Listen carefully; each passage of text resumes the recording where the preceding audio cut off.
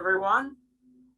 Good day or good afternoon, depending on where you are, and welcome to this session to discuss the newly launched report by Maria Snegovaya and my old friend and colleague, Dr. Anders Åslund, The Impact of Western Sanctions on Russia.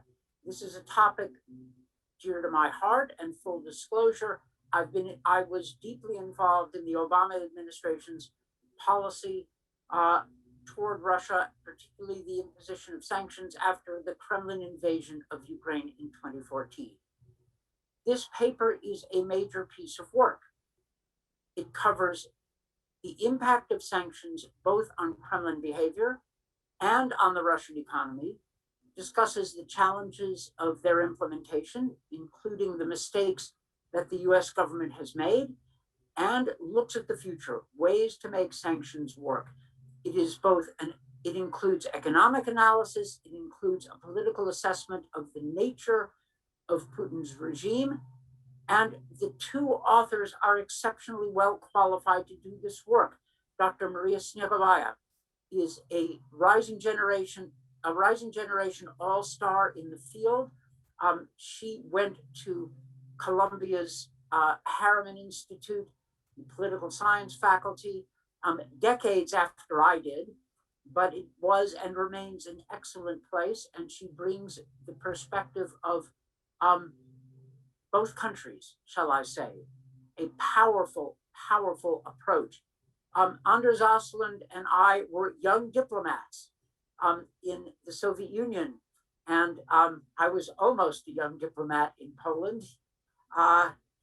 We spent many years in both countries. Dr. Anders Åslund is one of the world's experts on the political economy of post-communist transformation. When it works, which is Poland, and when it doesn't work, which is Russia, and the results are both impressive and tragic, respectively. He is both an economist, but also someone who knows the dynamics of Russia. We have on as discussants, Dr. Sergey Aleksashenko, his credentials are so great I am embarrassed to cite them. A former deputy chairman of the Russian Central Bank. In the 1990s, he was on the board of Sberbank, of VTB, a deputy minister of finance. In the early 2000s, he was the CEO of Merrill Lynch, Russia. In 2014, not a bad year to do it, he relocated to the United States. He's on the board of the Free Russia Foundation. Again, his perspective gives him an inside view as well as an outsider's perspective, an inside view of Russia, an outsider's view of the United States. And these are valuable perspectives. So it is a great discussion. I will start off, I'm going to hand the floor to Maria Snegovaya, but I will start off with a personal note. That is, I read the report's analysis of the impact of sanctions on the Russian economy with extreme interest because, and here's a secret, in the world of policymaking, we like to pretend that we analyze the impact of our actions thoroughly before we take steps. That is almost never the case because the most important decisions you often have to make on the fly when you don't have months for a detailed analysis. You do the best you can based on the intellectual capital you've got. Now, Elina, oh my goodness, I also forgot, my God, Elina Ribakova, our second discussant, a deputy chief economist of the Institute of International Finance, and who started her career as an economist for the IMF. She's taught at the London School of Economics and the Stockholm School of Economics. And my apologies, Elina, my apologies. I'm so taken away by this substance that I'm not doing my job properly, and my apologies to you. Our two discussants will go through the paper, but I wanted to say that the economic analysis is fascinating to me because we thought there would be an impact in 2014 and 15, but We did not have time to run the numbers thoroughly. We did the best we could. So with that, and again, Dr. Ribakova, my apologies. Let me turn the floor over. I believe it is Dr. Snegovaya first to discuss the paper, and then Anders Åslund. Thank you very much, Ambassador Fried. It's a big honor for us to have you here today, and thank you very much for excellent introduction of our report. Many of the analysis of Russia sanctions or the sanctions that were imposed on the Kremlin behavior in the past ignore or do not focus in detail on the nature of the system that Putin regime has built in Russia. In this report, we argue that actually to be able to estimate the impact of sanctions, it's very important to keep in mind what sort of political system, political regime we are dealing with. And here, of course, I bring up the political science dimension of mine, based on my background. So we argue in this report that the best way to describe the regime that emerged in Russia by now is kleptocratic or neo-patrimonial autocracy. And what does it mean? The essence of such regimes has to do with the fact that the regimes rely in purchase of support of the population and elite by consistent redistribution of the rent. This constant flow of rents to the regime's coffers is absolutely crucial for sustainability of the regime's support.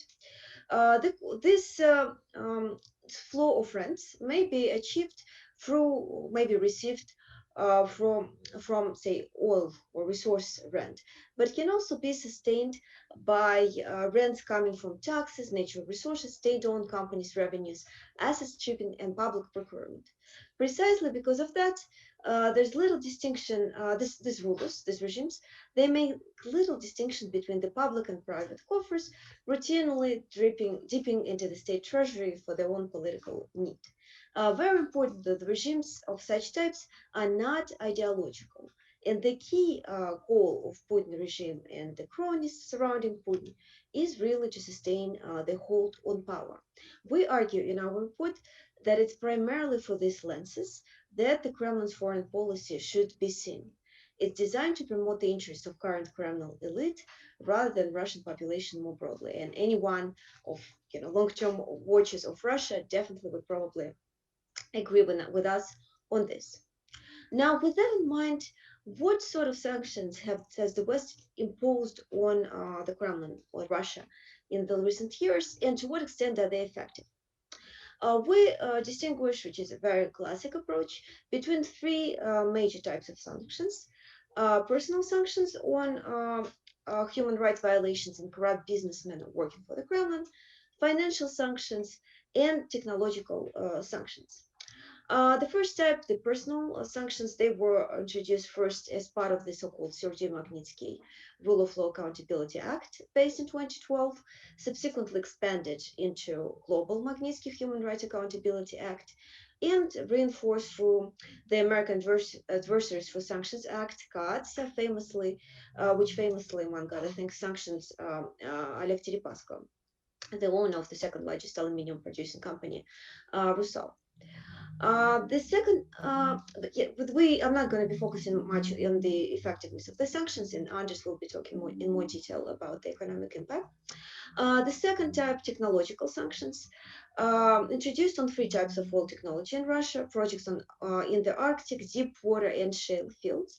And overall, over the long term, they contribute to Russia's accumulating economic slowdown and essentially technological backwardness. Ultimately, the last type of sanctions, the key focus of our today's report, are financial sanctions, which were introduced primarily as a result of Russia's occupation of Crimea and subsequent occupation of incursion into eastern Ukraine, so to speak. We argue that actually the cumulative impact of the sanctions is more effective is stronger than was believed before. While it's definitely fair to say that the Western sanctions have not succeeded in forcing the Kremlin to fully reverse its action on the international stage, be it Ukraine or say, I don't know, interference in the US domestic process, the economic impact of financial sanctions on Russia has been much greater than previously understood. And having said that, I will provide the floor to my co-author, Dr. Anders Olsson. Thank you very much, Maria. And the starting point here is the old impression from the Soviet Union. When Ambassador Fried and I served as young diplomats in Moscow in the 1980s, Soviet agriculture was said to suffer from 4 problems: spring, summer, fall, and winter, also known as the weather. Vladimir Putin is slightly more sophisticated. He blames external factors, also known as the oil price. Our argument is that, as Maria just said, is that financial sanctions that were imposed in July 2014 have been much more effective in reducing Russia's economic growth than has been understood.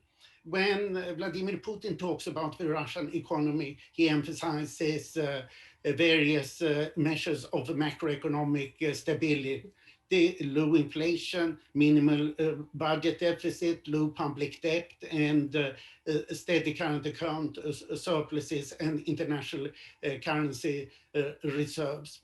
But he says very little or nothing about economic growth, and he avoids the standard of living as he can. And this is the issue. So one can distinguish 4 direct effects from Western financial sanctions: declining foreign debt, that is forced deleveraging, reduced foreign direct investment, strong capital outflows, and extremely cautious government macroeconomic policy. So what we call this extreme austerity policy is not an advantage, but a disadvantage. And the Institute of International Finance in its report has pointed to 3 possible channels of macroeconomic effects caused by sanctions. And the first channel is the fiscal channel. That is, the government is forced to raise taxes or cut spending, normally to cut spending.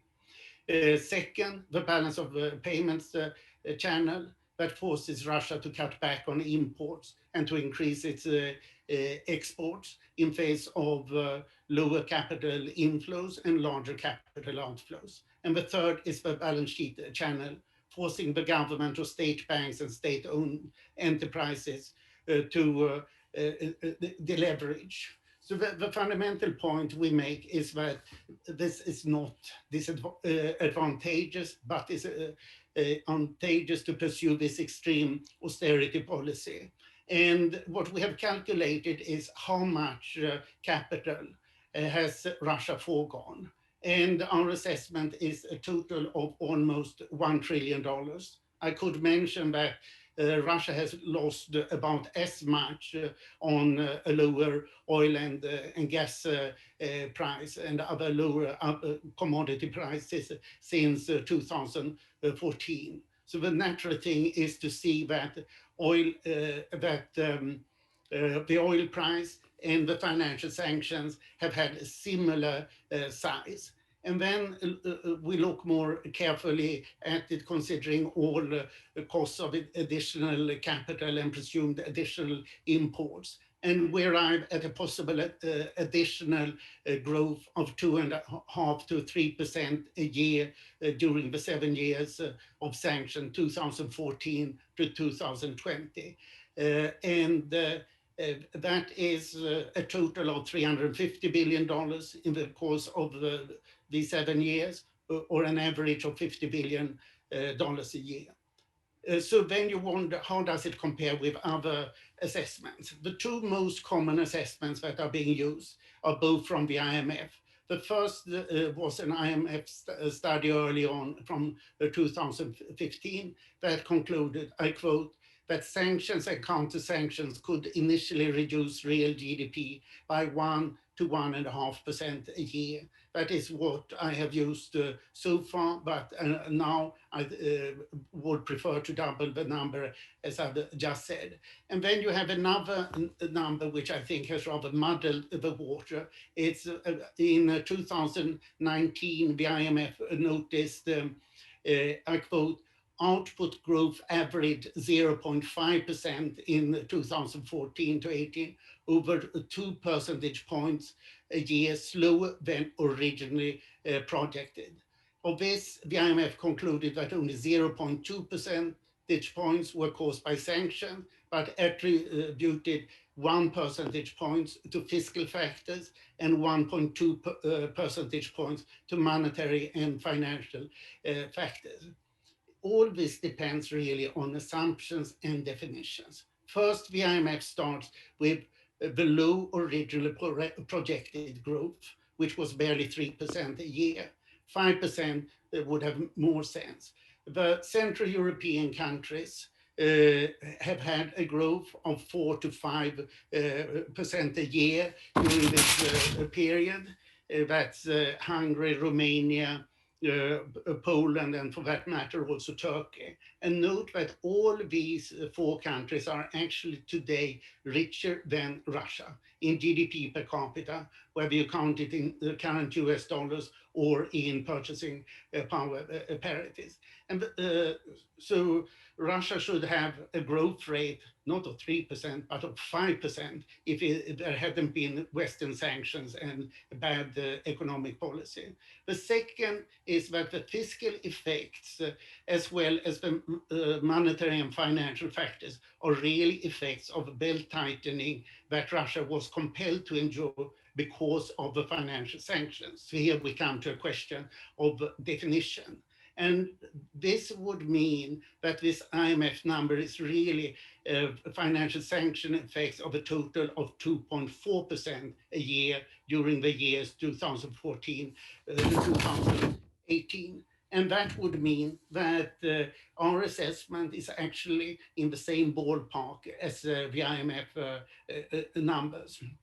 And Maria already touched upon is that the effectiveness of the Western sanctions on Russia is often questioned. And it's true that they have not persuaded the Kremlin to withdraw from Ukraine, but they did stop Vladimir Putin's pre-announced military offensive into Ukraine in the summer of 2014. That's an obvious achievement. And the second is that the sanctions have hit the Russian economy so badly. And this means that the standard of living has fallen by 11% during this period, giving the Kremlin much less resources. So how should the sanctions be pursued further? First of all, the sanctions should be made more effective through a greater transparency of the sanction funds in the West. The most important thing here is transparency. And thanks to the new US Corporate Transparency Act, this should come about, and the European Union has adopted similar legislation. Second, the weakest link is the actual enforcement. And the US compliance agency, FinCEN, at the US Treasury needs to be reinforced and greatly expanded. This is, should be the main point. And then thirdly, the US needs to take a perspective on how to accomplish more. Our colleagues, Michael Carpenter and Ambassador Alexander Verschbaum have suggested that the US should gradually ratchet up sanctions if Russia does not withdraw from Donbass and pre-announce these aggravations on sanctions. And then, of course, it's often said that the resources of sanctions are exhausted. We don't think so. Much more can be done. And the big eventual targets are to take Russia out of SWIFT and to sanction Russia's central bank reserves of $570 billion. We do not advocate it, but it's just to point out that there are much more resources. What should be done first is to gradually tighten the financial sanctions so that the Russian public sector gets even less resources. Thank you. Thank you both for this summary of a paper which is rich in material and deep in analysis. But let's turn to our discussants. First of all, Dr. Elina Ribakova, to give her reaction to the paper. And then, of course, we'll turn to Dr. Aleksashenko. But first, Dr. Ribakova. Thank you so much. And thank you, Anders and Maria, for this fantastic paper. And I think the paper is extremely important contribution for two reasons. There are many reasons, but I want to emphasize two reasons. One is that we're using now economic sanctions as a full integral part of the foreign policy toolbox. It has been used in the past, the national economic security or national economic sovereignty. I think those discussions were very common maybe 50 or more years ago, but until recently, we used to thinking about economic policy separately, foreign policy separately, national economic security separately. Everything used to be very separate.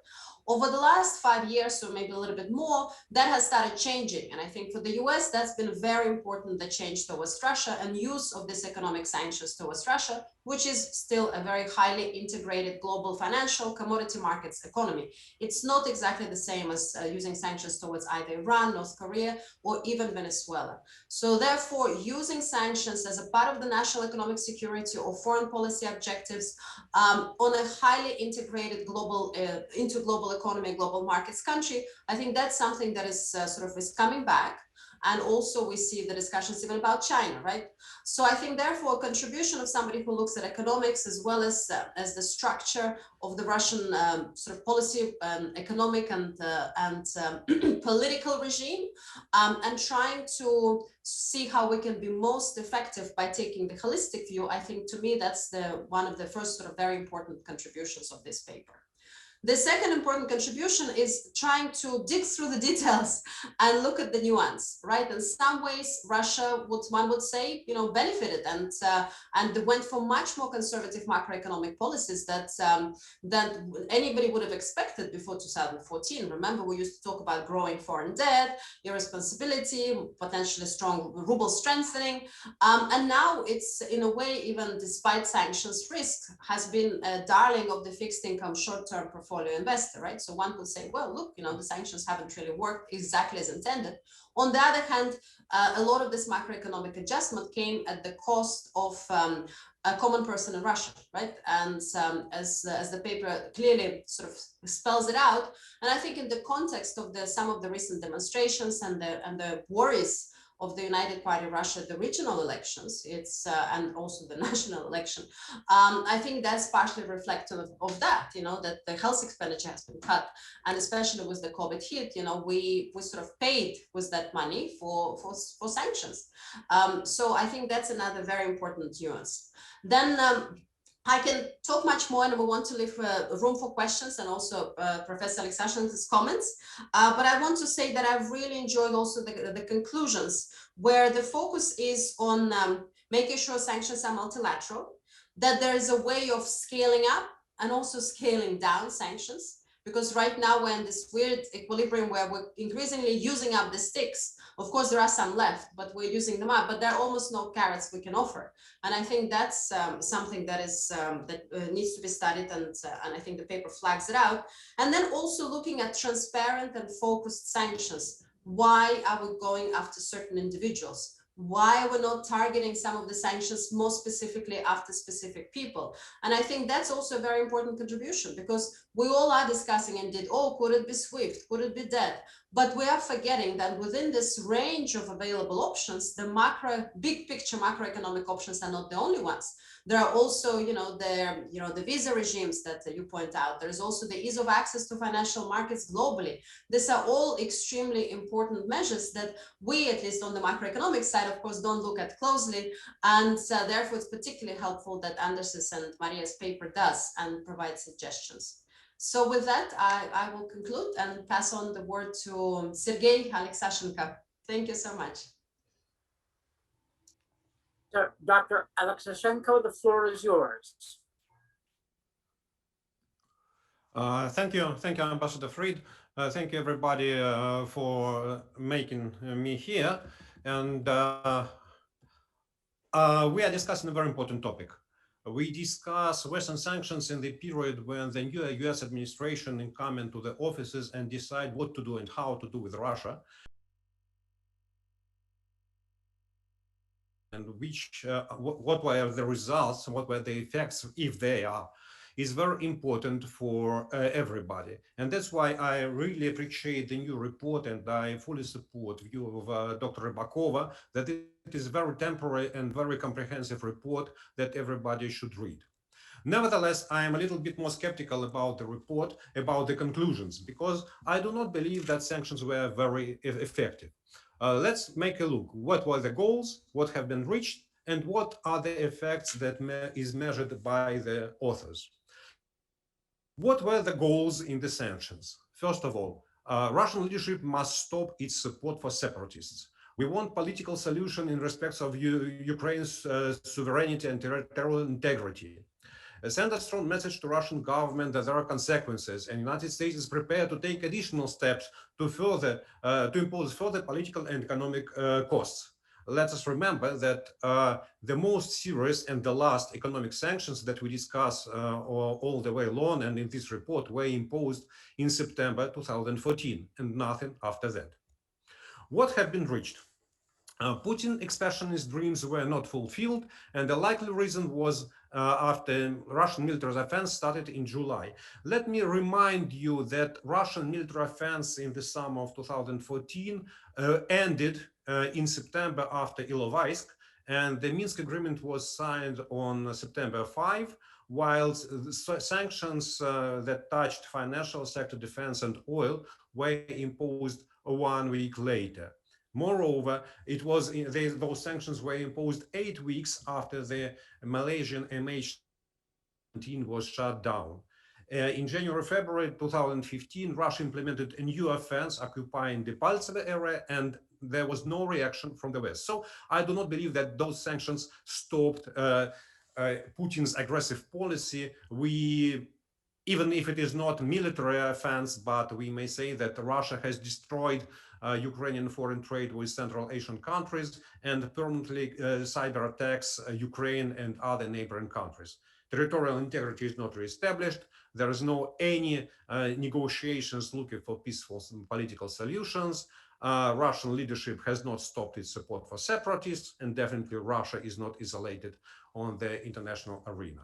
Nevertheless, for me, as an economist, maybe the most interesting part was the focus on the effect of financial sanctions, where authors conclude that the possible additional annual growth of 2.5% to 3% a year during 7 years, that is the impact of Western financial sanctions. That is really a major statement because it's not in line with other statements by different people.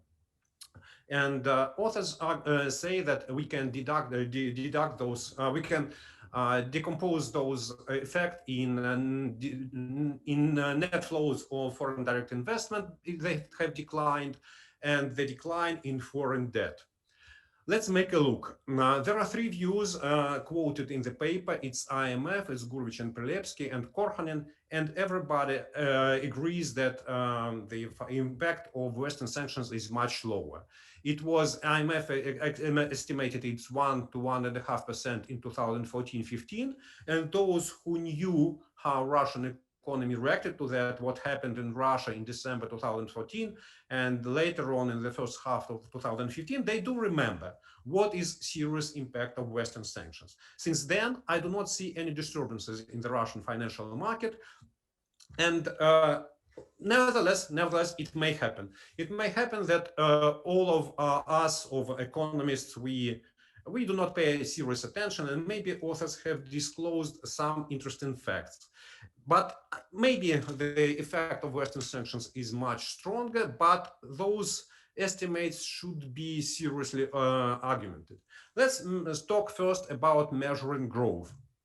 It's the left chart.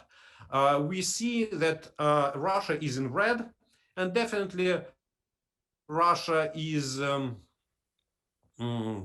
this is the red line is Russian growth since 2014, and definitely it's much slower than in countries of Central and Eastern Europe and Turkey, as Anders mentioned, but it's in line with Brazil, that is definitely lagging, it's in line with Chile, it's in line with Mexico and with South Africa. So there are countries that grow faster, and we can assume that the growth of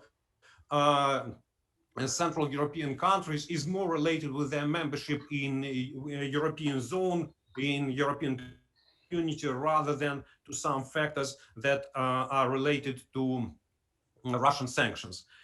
Next point is decline in debt. The previous slide number 9, please.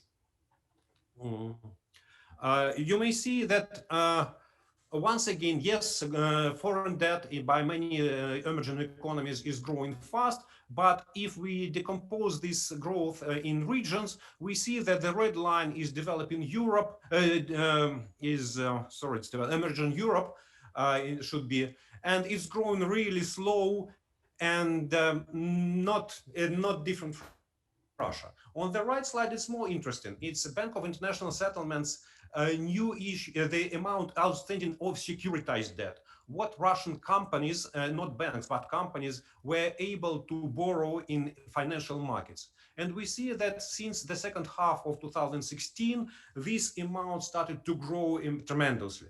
So yes, definitely there were sanctions that played their role until mid-2016. Nevertheless, afterwards, Russian companies came back to the market. Slide number 11, please.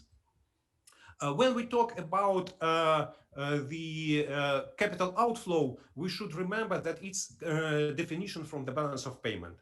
And it includes, for example, increasing of reserves or decreasing of reserves by the central bank and Ministry of Finance in Russia. And you see the red part of the chart is the role of those two agencies that may increase their reserves, and that is capital outflow, or decrease their reserves, and that is decline in capital outflow.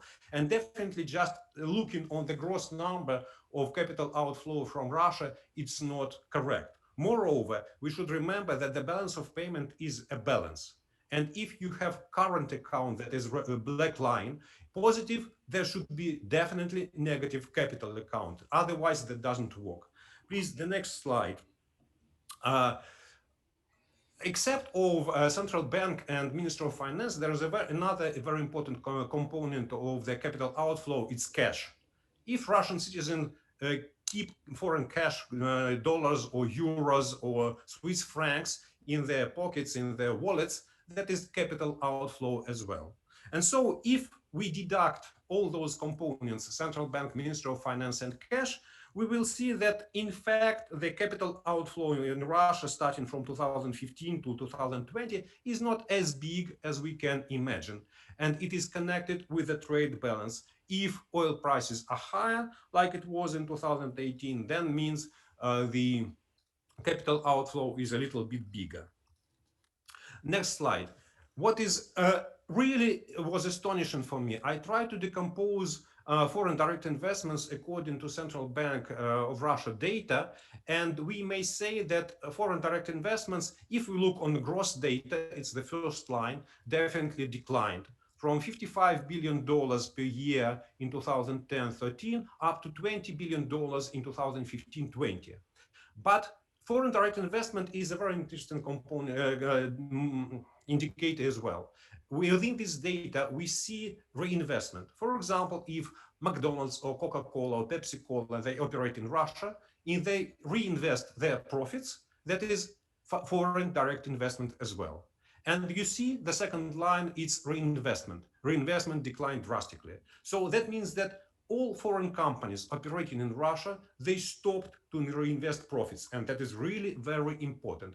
That is important for the business, for the economic growth. Nevertheless, if we see the total foreign direct investment minus reinvestments, we see that in fact they are negligible. They were $12 billion. Nevertheless, in the next 5 years, it was $22 billion. So we may say, yes, on the one hand, those who operate in Russia, they don't want to grow more. Nevertheless, the new investors, they are coming to Russia, and that is very important. And the very last, maybe a statistical data. Next slide, please. I was surprised by the calculations made by the authors when they take the decline in potential foreign debt. They add the lack of capital outflow and foreign direct investment and relates all those to GDP. It's like take yellow plus round and measure all this in gallons. You see, that doesn't work in economic statistics, and definitely even if you assume that Russia lost some foreign direct investments, and if the number is correct, and if it is $168 billion, that doesn't mean that GDP of Russia will increase by this amount.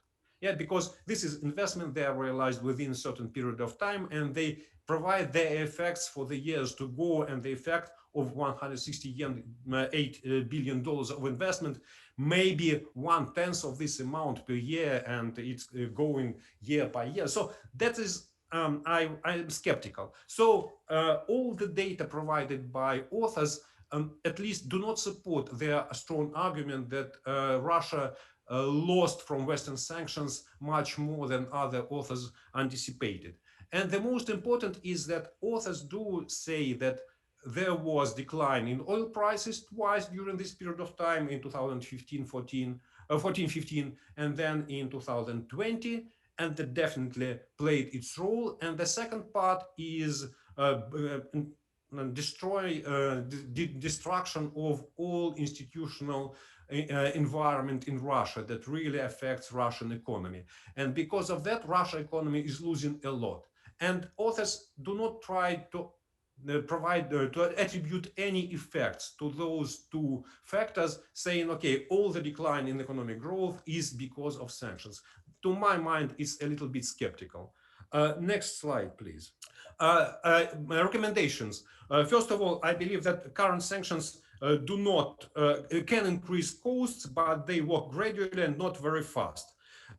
What to do to follow the law? For example, Chemical and Biological Weapons Act, sanctions according to this act were not implemented as they were written in the law.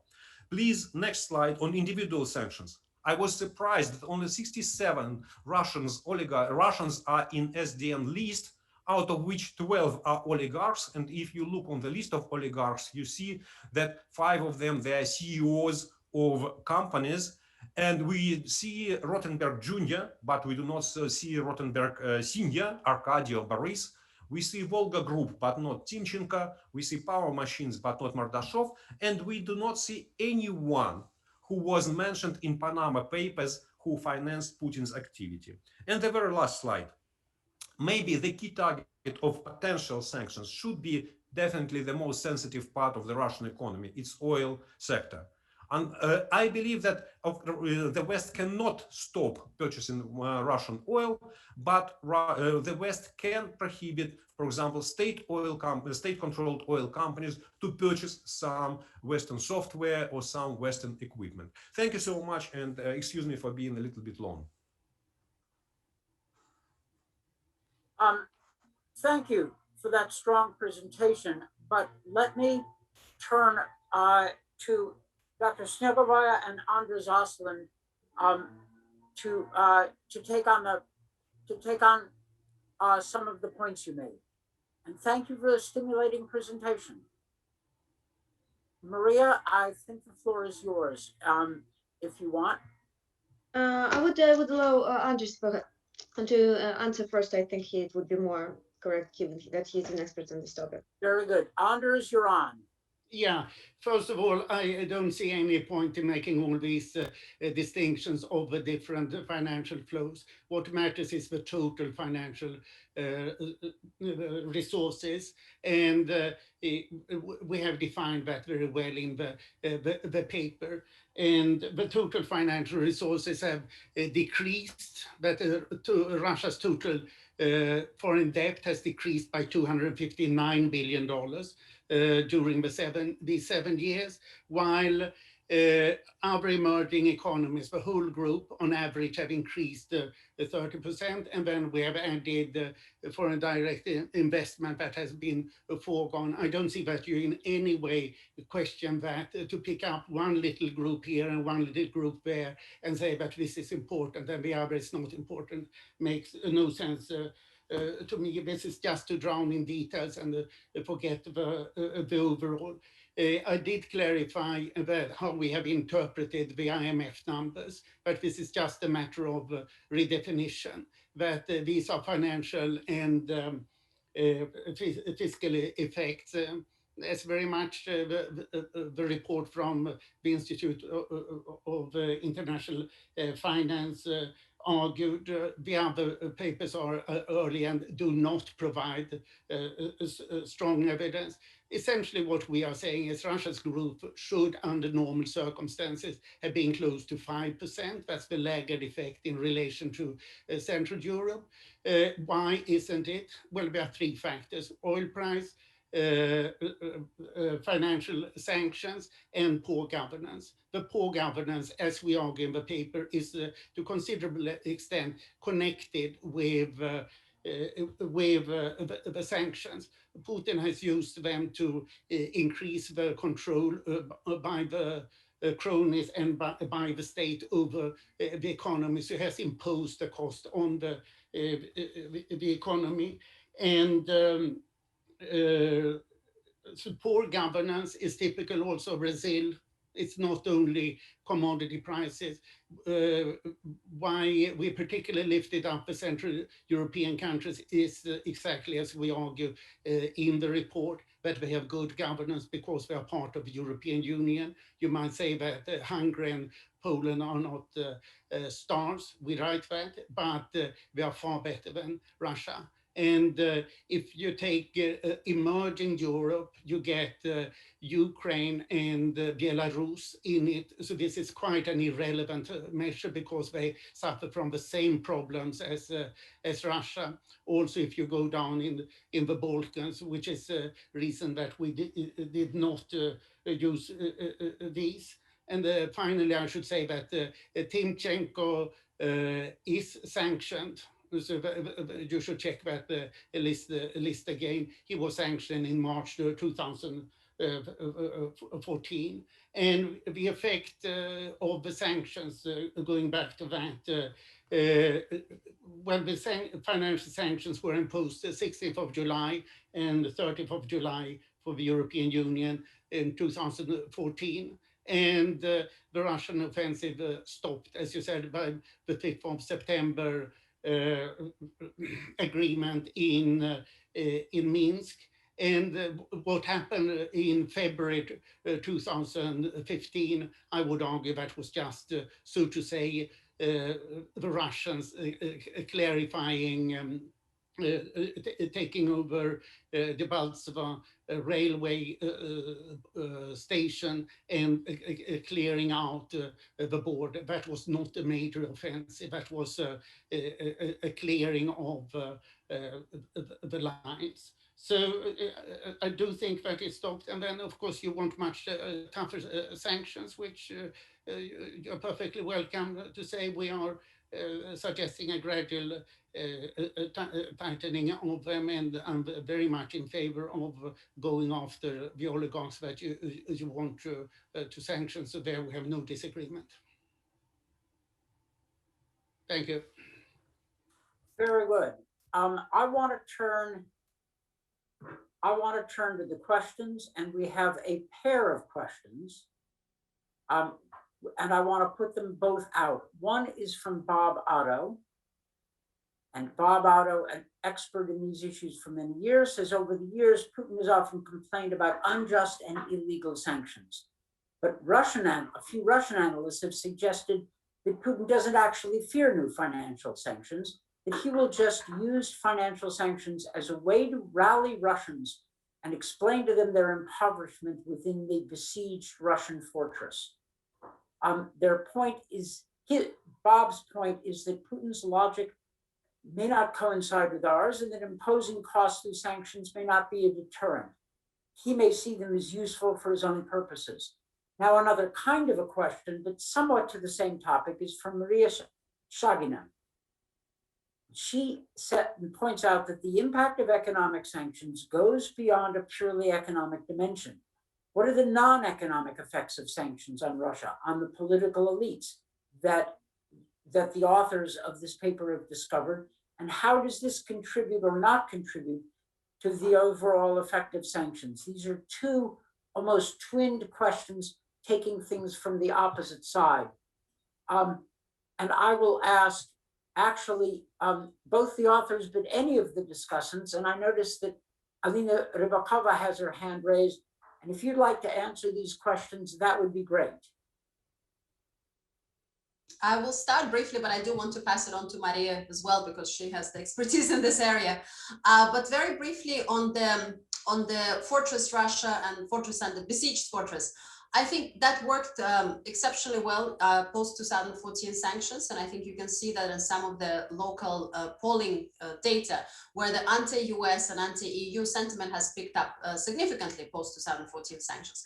But if you look at that again now, that also has come down. So it's back to the sort of the normal averages in terms of the anti-Western sentiment, and of course also the approval ratings of the current administration are as well down. So I think that effect went for a while, but at this stage people are sort of fed up with it and maybe not paying as much attention to it. And just very quickly before I pass it on to Maria, in terms of the economics, if I may disagree briefly with both Sergey and Anders on this topic, and then we're going to spend another hour here. No, I'm joking, but I think the truth be told that what Maria is asking the question here is pertinent to this paper is the most important one, that economic sanctions effects go beyond the purely economic dimension. And I think this paper is trying to wrap everything in there. It's a brief paper, so it gives the highlights.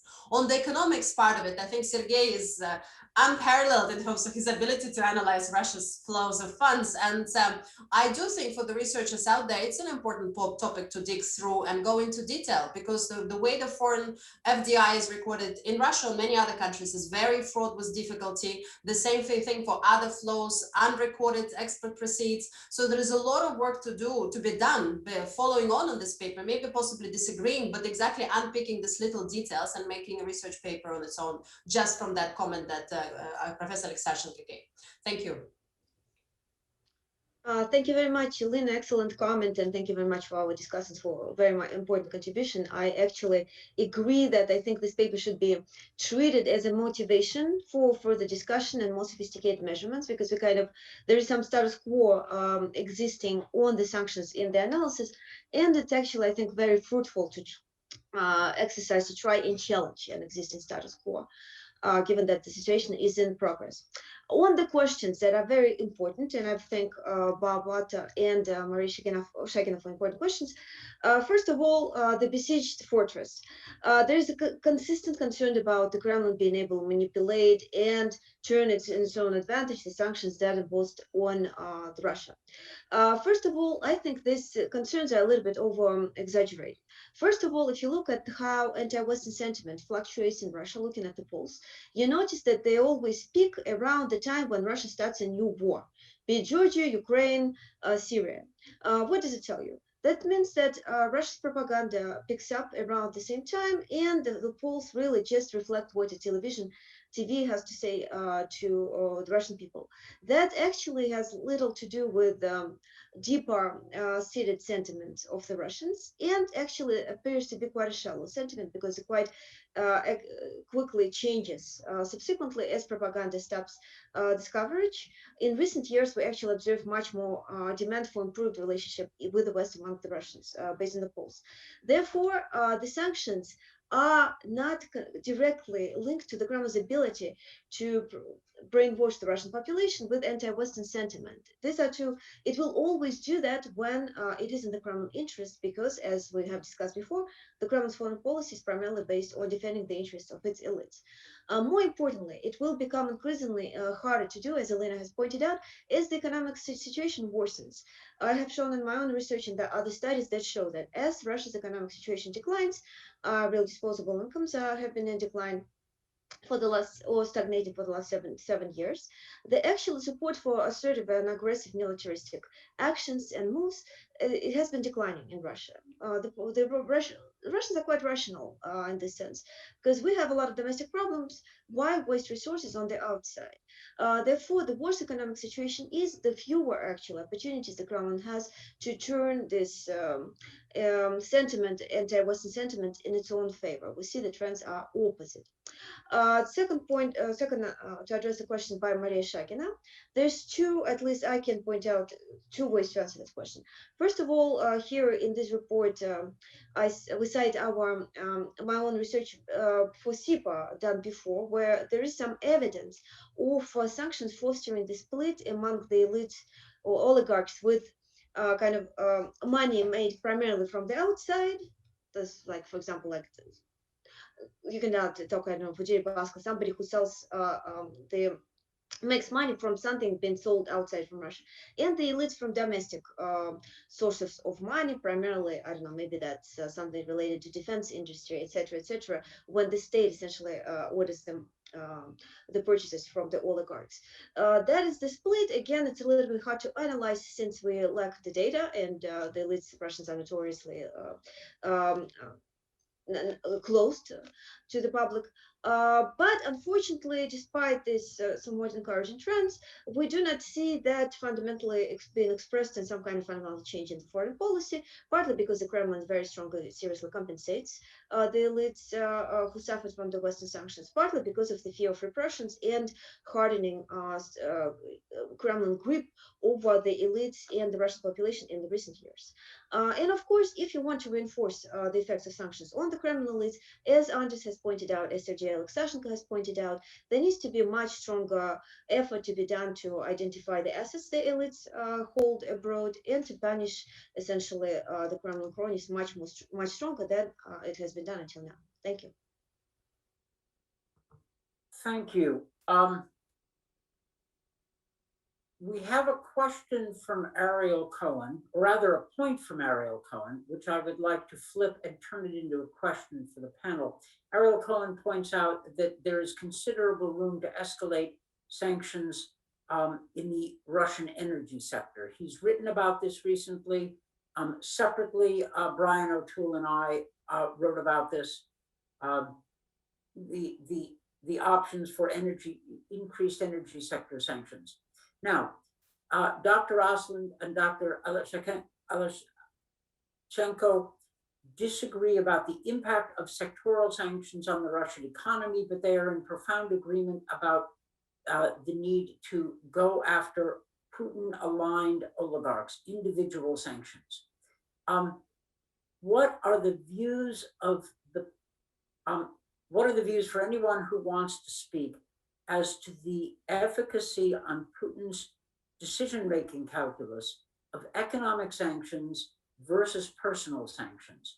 And I should add that the United States government has done both from 2014, but in the early moves, the Biden administration did not target Putin's cronies. It went after individuals involved in individual specific bad actions and sectoral sanctions, namely a mid-sized step with respect to Russian debt. So of individual sanctions versus sectoral sanctions, where do you all come out on this? Anders. Thank you. Yeah, following up on what Maria Shakina suggested, I think that it's quite natural to try to divide the elite, and I think that is quite effective. So we can see that a large number of wealthy Russians are quietly selling off, leaving Russia, more or less, and they are not making any noises. And we can see that also from the big net capital outflows from Russia. So I think that it is an effective strategy. I agreed with you here that it was a disappointment that none of the oligarchs that have been mentioned all the time since 2018 were not sanctioned, and also with Sergey. We have now a list from Alexei Navalny of 35 names that he would like to see sanctioned, or from Vladimir Asherkulov, his man in Shurkov, his man in London. So I think that one should sanction people, and we can see from Putin's own statement that he really cares. He complained no less than 5 times in a year when his friends Boris and Arkady Rotenberg, Gennady Timchenko and Yuri Kovalchuk were sanctioned in March 2014. So this clearly matters for Putin a great deal. We also know that Timchenko refused to build a bridge over Kerch because he didn't want to be even more sanctioned. So then Arkady Rotenberg had to build the bridge to Crimea instead. So I think that the personal sanctions, as suggested in Katsa, as we saw then, were very effective, that people were really anxious not to be sanctioned. Thank you. We have a question from Anna Ohanyan. The targeted and transparent sanctions are all well and good, but please comment on ways of communicating that message to the Russian people, that sanctions are focused on specific individuals, and I suppose to add the reasons for broader economic sanctions versus individual sanctions. What's the best way to get the message to Russian society? And again, this is for anyone on the panel who wants to take it. Sounds for you, Maria. Yes, I think it will be my question. Thank you. I do think it's a tricky point. The West does not have a lot of channels, unfortunately, information channels to communicate with the Russian population. Whatever remaining Western, linked outlets are currently being actually expelled from Russia as we speak, including Radio Free Europe. And from that perspective, I think we need to understand the constraints of our ability to fundamentally influence, have impact on the Russian population through the information channels. And that's unfortunately the reality with many autocracies. However, as I said before, the Kremlin's propaganda grip over Russians has been eroding over the last years. There is decline in number of people who watch Russia's TV channels. There is increasing number of people of those who take the information from the internet.